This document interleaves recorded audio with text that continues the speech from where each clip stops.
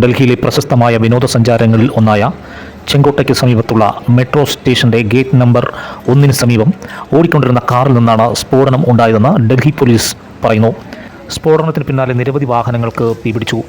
2.5 kilometre അകലെ വരെ സ്ഫോടന ശബ്ദം കേട്ടെന്ന് പ്രദേശവാസികൾ പറയുന്നു.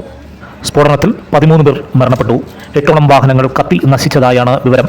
30 പേർക്ക് പരിക്കുണ്ട്. സംഭവത്തിൽ ഒരാളെ കസ്റ്റഡിയിലെടുത്തു. ഡൽഹിയിലുണ്ടായ സ്ഫോടനത്തെ തുടർന്ന് കേരളത്തിലും കനത്ത ജാഗ്രതാ നിർദ്ദേശം. ഷോപ്പിംഗ് മാൾ, ചന്തകൾ, കൺവെൻഷൻ സെന്ററുകൾ, cinema theatre, bus station, railway station, വിമാനത്താവളം, വിനോദസഞ്ചാര കേന്ദ്രങ്ങൾ, പ്രാർത്ഥനാലയങ്ങൾ, ആളുകൾ കൂട്ടം ചേരുന്ന സ്ഥലങ്ങൾ എന്നിവിടങ്ങളിൽ പരിശോധന കർശനമാക്കാൻ സംസ്ഥാന പോലീസ് മേധാവി റവാഡ ചന്ദ്രശേഖരൻ നിർദ്ദേശം നൽകി.